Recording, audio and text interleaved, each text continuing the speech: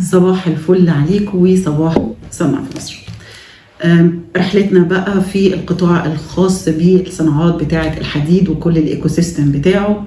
عندنا نجاح من احد نجاح الشركات شغالة في اخر الايكو سيستم. احنا اتفقنا قبل كده ان عندنا 4 مخرجات في النهاية للايكو سيستم الخاص بالصناعات بتاعة الحديد والفولاذ. في منهم واحدة اسمها صناعة المعدات. قصة النجاح عندنا لشركة ايجي باك، شركة متخصصة في تصنيع المكن بتاع التعبئة والتغليف الخاص بالصناعات الغذائية. موجودين في العاشر من رمضان. افتكروا العاشر من رمضان عشان هتتكرر معانا كتير قوي في السلسلة بتاعتنا بتاعة القطاع الصناعي الخاص بالحديد والفولاذ، وهنبتدي نكتشف ان عندنا جوهرة اسمها العاشر من رمضان. الشركة تأسست سنة 2007. من سنة 2007 وهي بتعمل توطين للصناعة دي في مصر، بدل ما كنا بنبتدي ان احنا نستوردها سواء كان من الصين او من ايطاليا او من المانيا او من تركيا، لا ابتدينا ان احنا نتعمل لها توطين. طب ايه انواع المكن اللي هي بتعمله في الخاص في ماكينات التعبئة والتغليف في الصناعات الغذائية؟ بتعمل المكن بتاع التعبئة والتغليف بتاع الحبوب والبقوليات، بتعمل الخاص بالتعبئة والتغليف بتاع السوائل. فكرة ان انت عايز تحط الليبل او وضع العلامة التجارية بتاعتك، المكن بتاعتها، الخزانات والقلابات، عايزة اخزن الحاجة او بميكس اكتر من حاجة مع بعض، فهي بتقدر تعمل خط الانتاج ده. كمان بعد ما كانت بس في الجزء بتاع التعبئة والتغليف في بداية حياتها وكانت مشهورة بيه جدا، بدأت ان هي تعمل حاجة اسمها باكورد انتجريشن.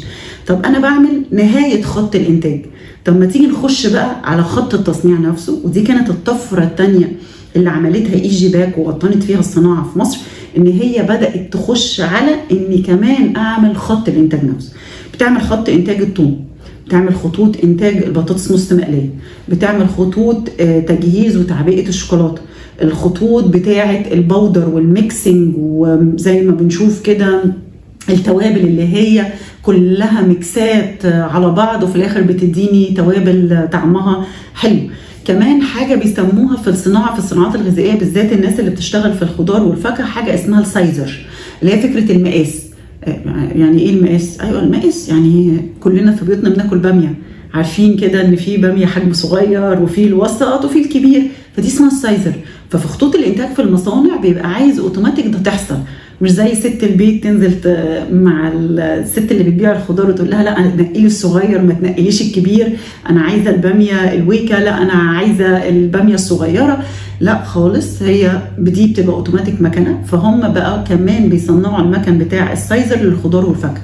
خلي بالنا ان السايزر ده مش ثابت، يعني البطاطس ليها السايزر، الفراوله ليها السايزر بتاعها، الباميه ليها السايزر بتاعها، البرتقان ليه السايزر بتاعه. كل نوع خضار وفاكهه بتعمل له بروسيسنج السايزر بتاعه بيكون مختلف.